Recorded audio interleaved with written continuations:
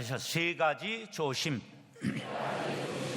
미국의 한 할머니가 100만 달러 복권에 당첨됐습니다. 그런데 할머니가 자기가 복권에 당첨된 줄 모르고 있어요. 그래서 복권회사에서 할머니를 찾으러 가려다가 할머니가 그 소식을 듣고 놀라서 심장병을 일으키면 또 이제 책임이 있으니까 이걸 어떻게 알릴까 생각하다가 그 할머니가 다니는 교회 목사님에게 조심스럽게 전할 것을 부탁을 드렸어요. 그 목사님이 할머니를 찾아가서 할머니, 만약에 복권 100만 불에 당첨되면 어떻게 하실 거예요? 아유, 그럴 일이 있나? 나는 보물찾기 한 번도 소풍 가서 된 적이 없어요. 그래도 만약에 당첨된다면 어떻게 하시겠어요? 뭘 하시겠어요? 아유, 그럴 일 없어요. 그래도 꼭 혹시라도 그러니까.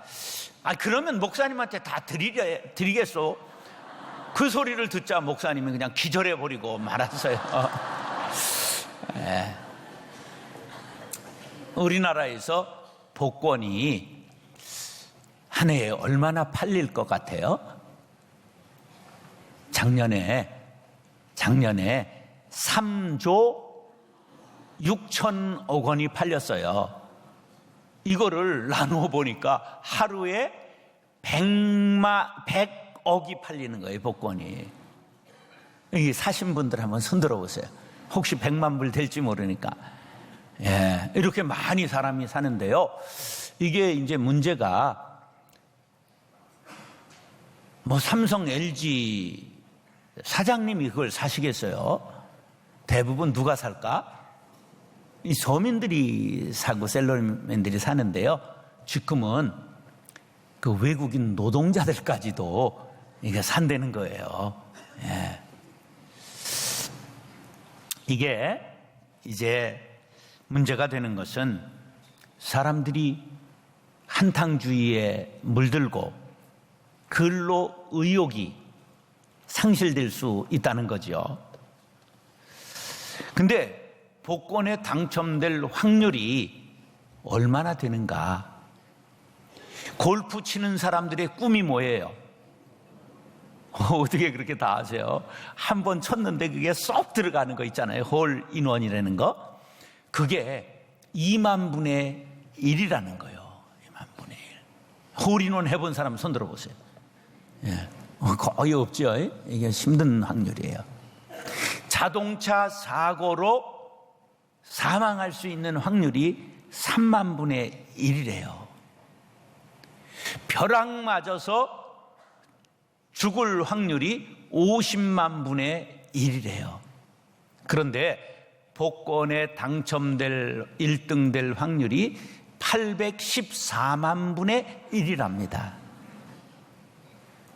그런데도 그거에 소망을 두는 것은 허망하다, 이런 거지요.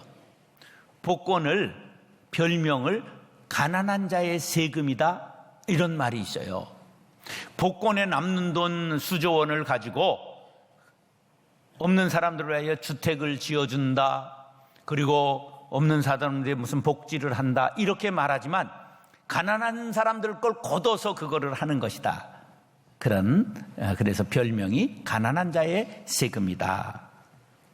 그래서 나라에서 국민들의 사행심을 조성하면 안 된다, 반대하는 사람들이 많죠. 자케르라고 하는 빈민운동가 프랑스의 경제학자는 복권놀이는 세금을 걷어들이기 위한 거칠애이며 있지도 않은 희망에 매기는 세금이다, 그렇게 지적하고 있습니다. 복권에 당첨되면 뭐 하시겠어요? 그러니까 우리나라도 그렇고 미국도 그렇고 공통으로 1위가 뭐냐 하면 회사에 사표 내겠다, 직장을 그만두겠다. 두 번째 뭐라고요? 이혼하겠다. 우리나라 사람이 실제로 물었더니 이렇게 말하는 사람이 있어요. 우리 마누라는 너무 아껴 쓰는 사람이라 복권에 당첨돼도 그거 못 쓸 거다. 그래서 그냥 절반 딱 주고 이혼하고 나머지는 난 시컨 쓰고 죽겠다, 이렇게 말하는 사람도 있어요. 그런데 세 번째 공통점으로 어디로 간다? 인생이 파탄하더라. 이혼하고 그게 가정이 제대로 되겠어요? 그리고 없었던 돈이 오니까 마음대로 이렇게 저렇게 투자해보다가 결국은 망하더라. 이것이 미국에서 조사한 통계입니다. 복권왕국인 미국의 결과가 나온 거죠. 복권을 사는 것은 죄는 아닙니다. 그러나 그 마음이 하나님 앞에 소망을 두는 것이 아니라는 데 문제가 있어요. 소망을 어디에 둬요? 물질에 두는 거지요. 내 눈을 돌이켜 허탄한 것을 보지 말게 하시고 주의 길에서 나를 살아나게 하소서. 할렐루야. 시인의 고백처럼 허탄한 것은 보지도 말고 따라가지도 않는 것이 최상입니다. 한탕주의 충동심리는 상대적 박탈감을 가져와 불안과 우울증을 낳습니다. 오늘 본문 말씀을 상고하면서 조심할 바를 조심하고 하나님을 기쁘시게 하는 자녀들이 되시기를 예수님의 이름으로 축원합니다. 따라하시죠. 말 조심. 시편 39편은 다윗 왕이 늙어 임종하기 전에 지은 참회시라고 학자들은 말합니다. 보통 사람들이 이런 말 하지요. 악인도 죽을 때는 선한 말하고 죽더라. 영화에서도 보면 악인이 죽으면서 마음이 이렇게 변하여 선한 회개하고 선한 말하고 죽는 경우가 자주 있어요. 그러니 성군 다윗이 마지막에 한 말이니까 유언과 같은 성격이 있어요. 사람의 말 중에 가장 효력이 강한 게 뭐죠? 유언이에요. 유언이 효력이 강해요.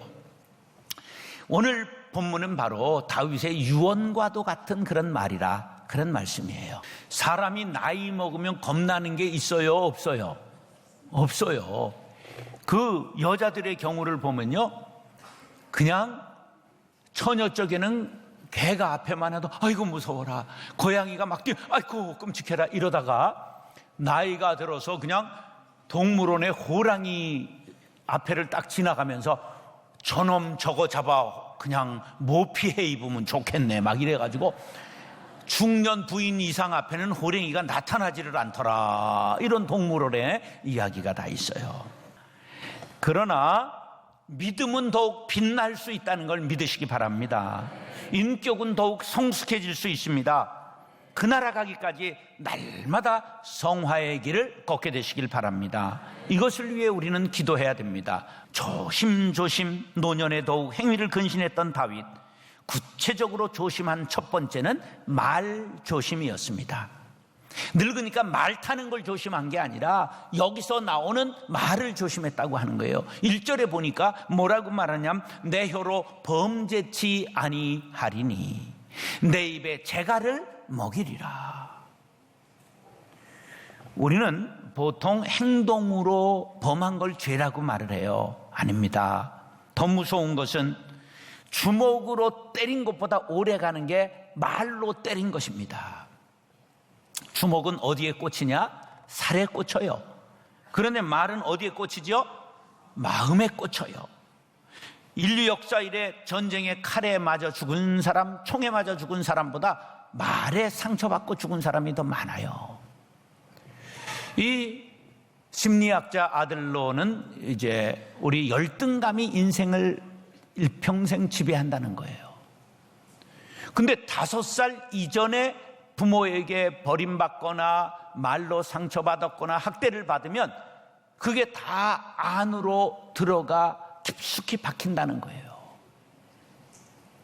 5살 이전에 기억을 갖고 있는 분 손 들어봐요. 기억이 있다면 차라리 치료가 쉽지요. 그런데 이게 안에 깊이 들어가서 자기의 인격을 형성하니까 우리가 전부 뒤틀린 것은 5살 이전의 상처라는 거예요. 자녀들이 뭘 모른다고 말을 함부로 하지 마시기 바랍니다. 축복하시기 바랍니다. 하나님의 자녀들은 특별히 말을 잘해야 됩니다.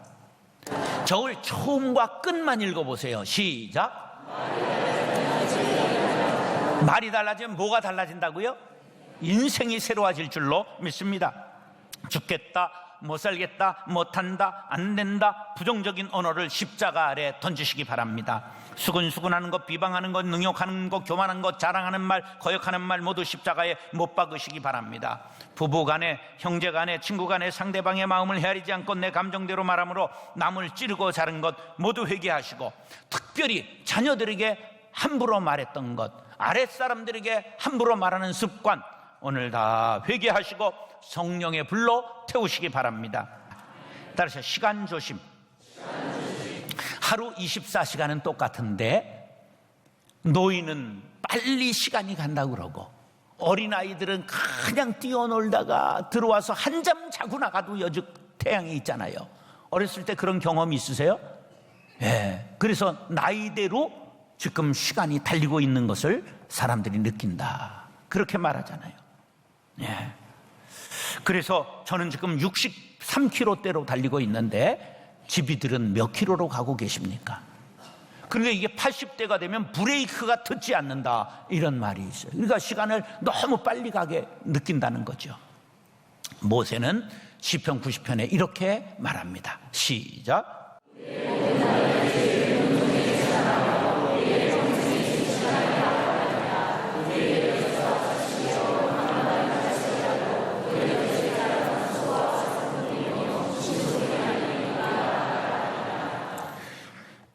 우리 평생이 한 번 숨 쉬는 것 같이 지나간다는 거예요. 활이 시위를 떠나 쏜살같이 날아가는 것 같이 날아가고 있다는 거예요. 시간을 아껴야 되는데 붙잡기가 쉽지 않습니다. 4절로 5절 시작.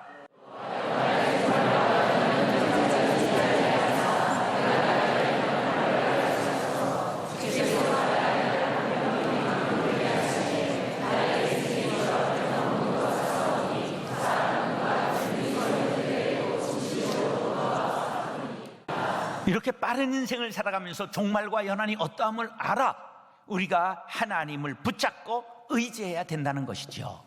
제가 실증주의자거든요. 우리가 한 뼘밖에 안 된다고 다윗이 그래가지고 제가 아침에 자를 가지고 쟀어요. 여기는 10cm, 여기는 19cm밖에 안 되더라고. 손이 큰 서장훈이도 30cm가 안 되는 거예요. 인생은 그렇게 유한한 것입니다. 이 짧은 걸 알아야 비로소 하나님과 동행할 수 있는 것이죠. 세상에 제일 비싼 대가를 치르면서 동행하는 사람, 작년에 워런 버핏과 점심 식사를 3시간 동안 하는 경매가 붙었는데 얼마 내고 먹었을까? 점심을 얼마? 쓰세요. 얼마? 40억. 점심 한 끼 먹는데 얼마 내고 먹었다고? 왜 그럴까요?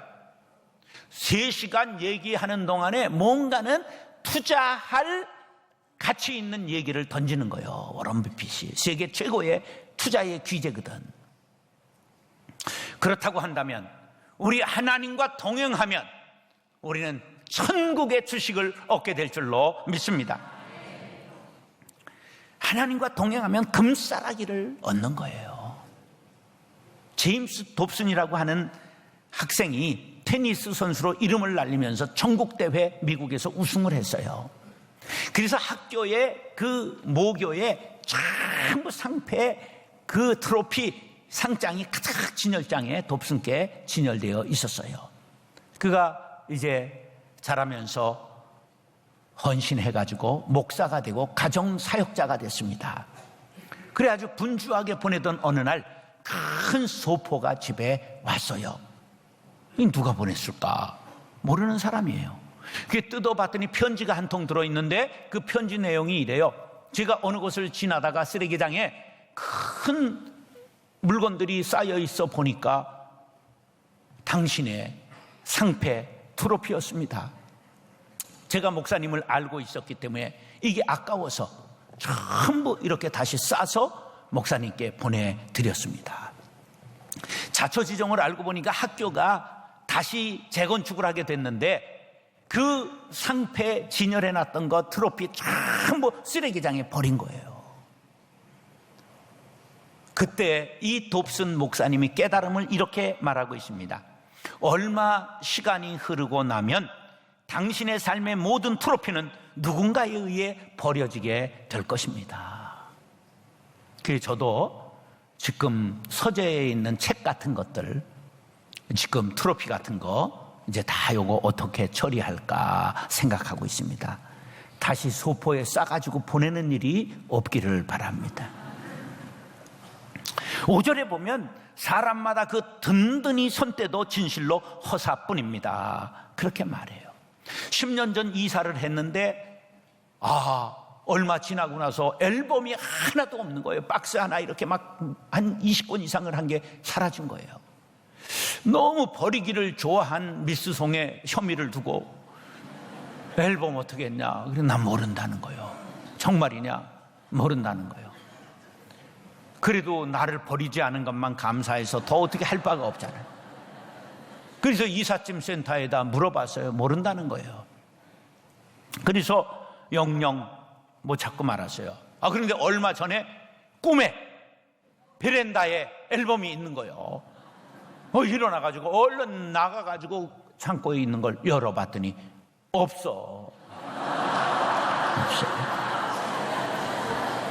얼마나 지나간 추억이 아쉬웠으면 꿈에 나타났겠어요. 그래서 이번 설교 준비하면서 깨끗이 잊기로 했어요. 한평생 얻은 공적과 명성, 얼마 지나지 않아 쓰레기같이 버려지게 된다는 것을 알아야 합니다.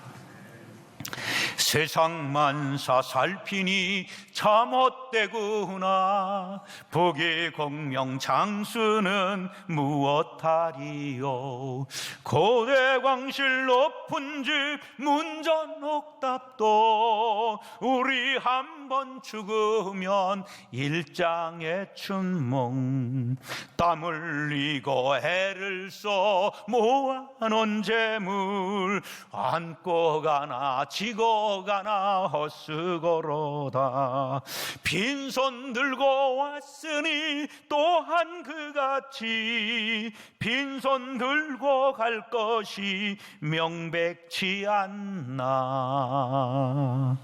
세상의 모든 부귀영화는 다 사라집니다. 그러나 우리가 하나님의 손을 붙잡으면 영원한 세계에 살게 될 줄로 믿으시기 바랍니다.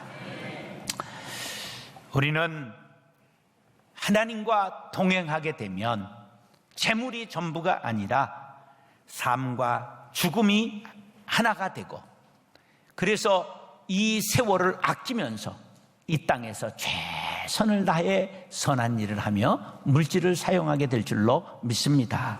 로마서 14장 8절 시작.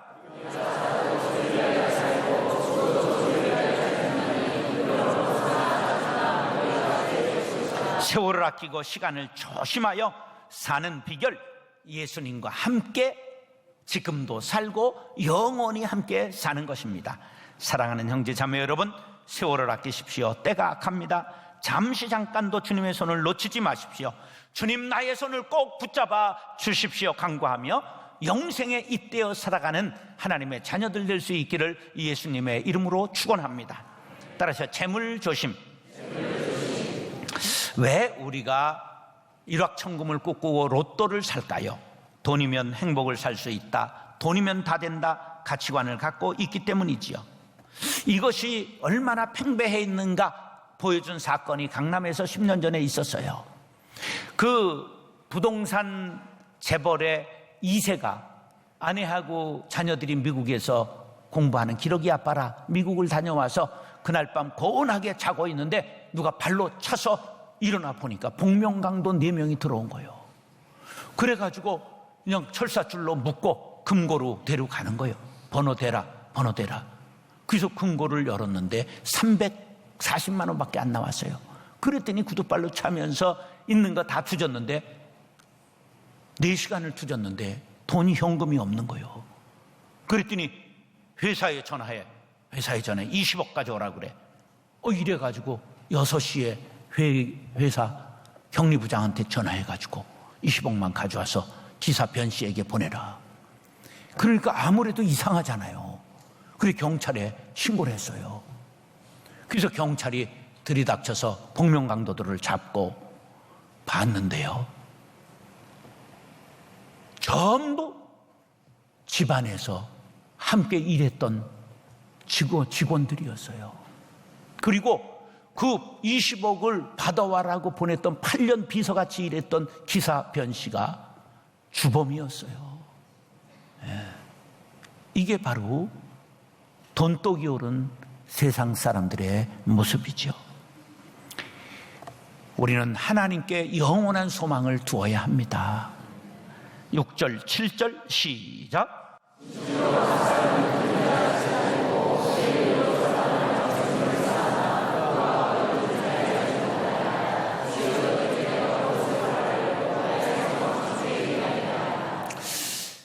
요즘 여러분들 어디 개업하고 그러면 화분에 띠를 쓰는데 거기에 제일 많이 쓰여 있는 글이 뭐예요?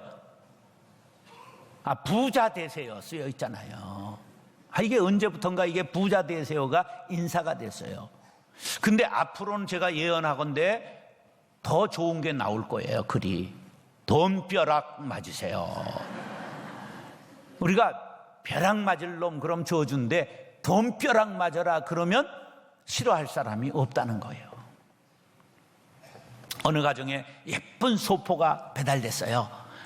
뜯어보니까 유명한 브로드웨이 공연 티켓이 들어있는 거예요. 몇십만 원짜리가 2장이. 부부가 야야 이거 누가 보냈을까? 근데 누구 없는 거예요. 보낸 사람이. 너무 근데 이거 오늘 저녁이잖아. 오늘 저녁. 그래서 커피 정장을 하고 빼입고 공연을 딱 하는데 너무 재밌는 걸 보고 감동해가지고 집에 랄랄로 딱 들어왔는데 집안이 큰 난장판이 돼 있는 거예요. 딱 식탁에 메모지가 있는데 누가 보낸지 알겠지? 이러는 거예요. 강도가 보낸 거예요. 강도가, 도둑이. 우리가 이 사라져 버릴 것에 주목하고 공것으로 얻을 것을 주목하면 안 됩니다. 재물이 많아지면 여유가 있고 헌금 많이 하고 신앙생활 잘할 것 같지요? 그런 사람을 못 봤어요. 만석군은 만 가지 걱정이 있고 갑자기 까닭없는 돈이 생겨봐요. 여기 근심의 숲이 우거지고요, 덤불이 가시덤불이 생기고 이건 뭐 할까, 어디에다가 뭐를 살까, 그래가지고 사람들이 문제가 되는 거죠. 우리 조상들은 까닭없이 모은 재물은 재앙이라고 생각했습니다. 제가 이규태 씨가 쓴 글 중에 가장 여기 새기고 있는 글 중에 하나가 저겁니다. 까닭없이 모은 재물은, 얻은 재물은 뭐가 된다고요? 재앙이 된다. 재는 재다. 미국을 가는 사람은 달러로 바꾸고, 일본 가는 사람은 엔화로 바꾸고, 중국 가는 사람은 위안화로 바꾸지요. 천국 가는 사람들은 천국화로 바꾸어야 합니다. 그것은 바로 보람 있는 일에 사용하는 거죠. 스터드라고 하는 청년이 재벌의 아들로 캠브리지 대학을 졸업했어요. 그가 예수 믿고 평생 복음 위에 살겠다고 중국과 아프리카 선교사로 평생을 지냈어요. 물려받은 유산을 전부 가난한 사람 주고 그 다음에 선교에 헌신했습니다. 다 드렸어요. 그가 나중에 이렇게 말했어요. 내가 가난한 것 하나님께서 나눠주라고 나에게 명령하셨다. 내가 받은 유산을 선교를 위해 가난한 자들을 위해 다 나누었는데 지금 생각하면 얼마나 유쾌한 일인지 감사하는 일인지 모른다. 아주 역사에 남는 선교단체를 만든 위대한 인물이 되었습니다. 돈만 남기고 갔다면 그렇게 되었을까요? 하나님께 소망을 두시기 바랍니다. 그러면 물질을 바르게 쓰고 하늘 곳간에 쌓아야 합니다.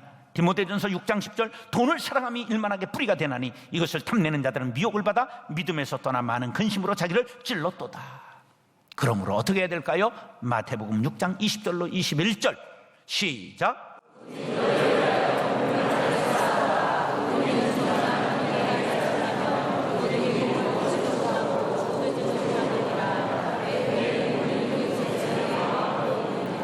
우리 보물을 모두 하늘에 쌓는 선교에 부여하고 선한 일에 부여한 성도님들 될 수 있기를 예수님의 이름으로 축원합니다.